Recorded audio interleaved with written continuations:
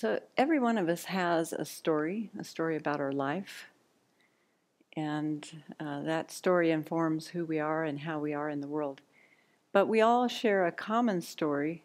It's called the story of our samsaric life.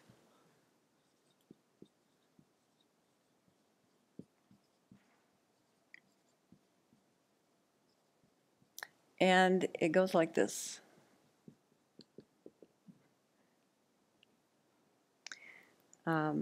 As the Buddha said, our main affliction is something called self-grasping ignorance. Self-grasping ignorance, or Venerable Chodron calls it the eye-grasping.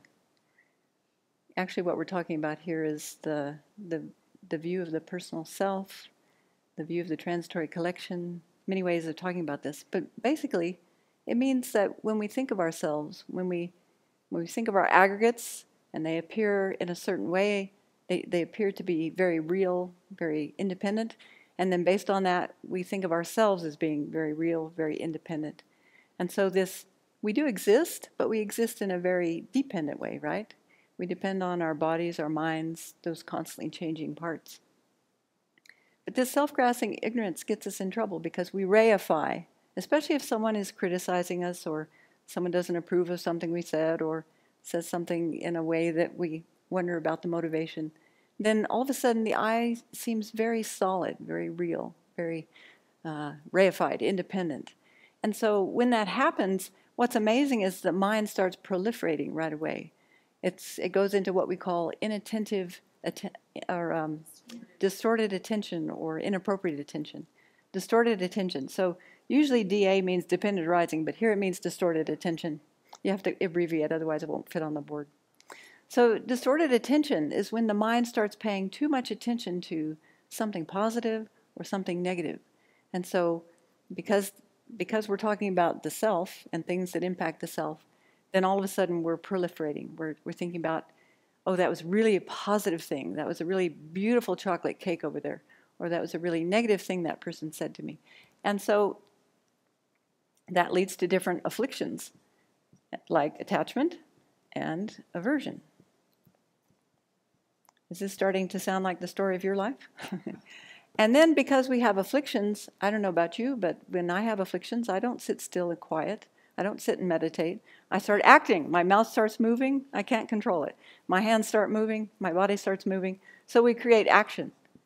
And that's really what karma is. Karma, the Sanskrit word, means action.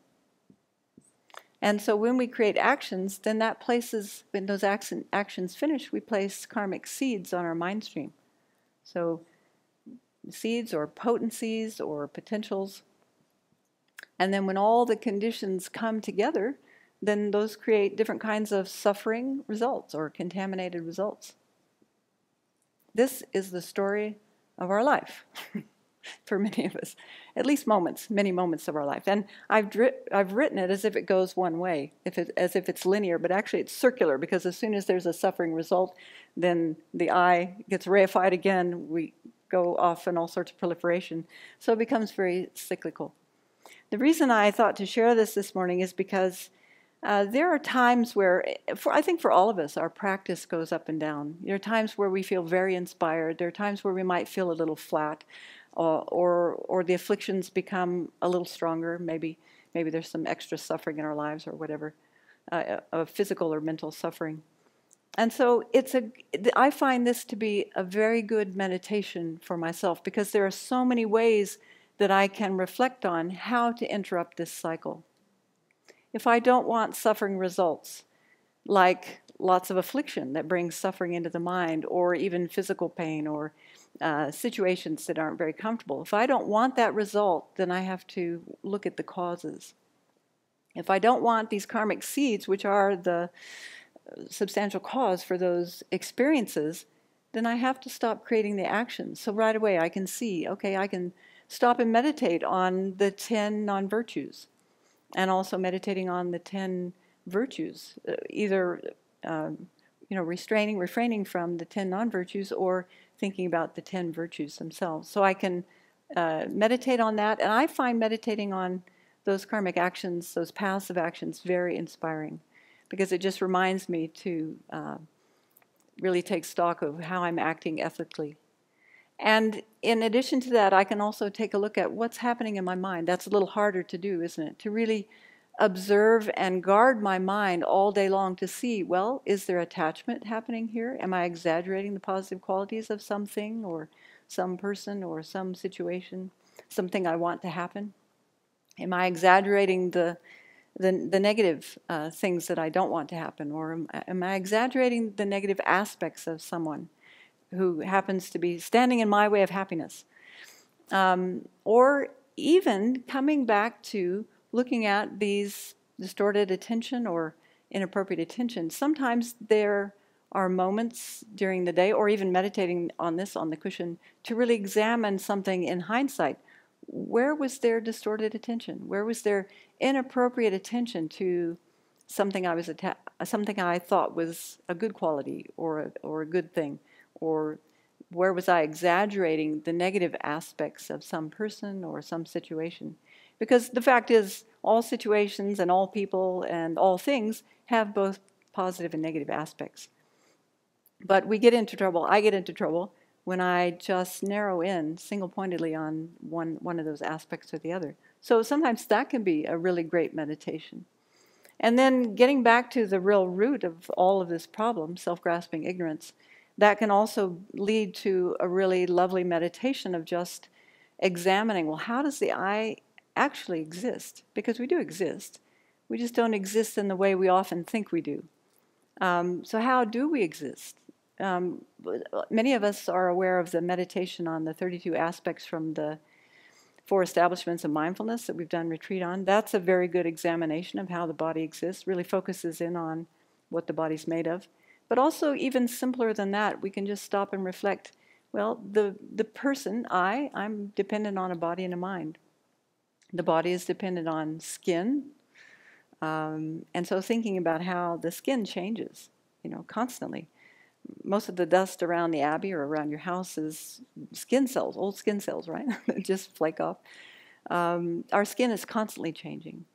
Our muscles are constantly changing. We haven't been working in the forest as much this summer, and so Venerable Simke and I were talking about how we're not as fit as we were last summer because our muscles are different, not having done as much exercise. We can also think about inside each one of us is a complete skeleton. Isn't that fascinating? I think that's amazing to think about. And how those bones are constantly changing. There's different bone marrow that's moving, different cells, different repairing going on, like if you've had an injury. And also thinking of all the different organs in the body. Each moment, if you really think about it, each one of us have a set of lungs that are expanding, contracting all day long.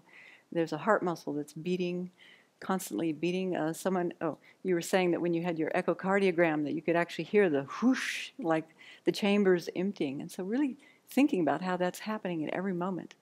There's nothing static about our body. Even our teeth, we have a little bit less enamel today than we had yesterday because we brushed our teeth.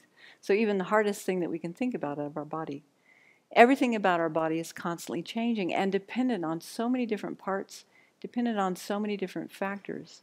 So I found the other day when I was in one of these lulls that I just stopped and reflected on this sequence of events, the story of our samsaric life. It's also the story of our liberation, isn't it? Because if we go forward, we're creating samsara.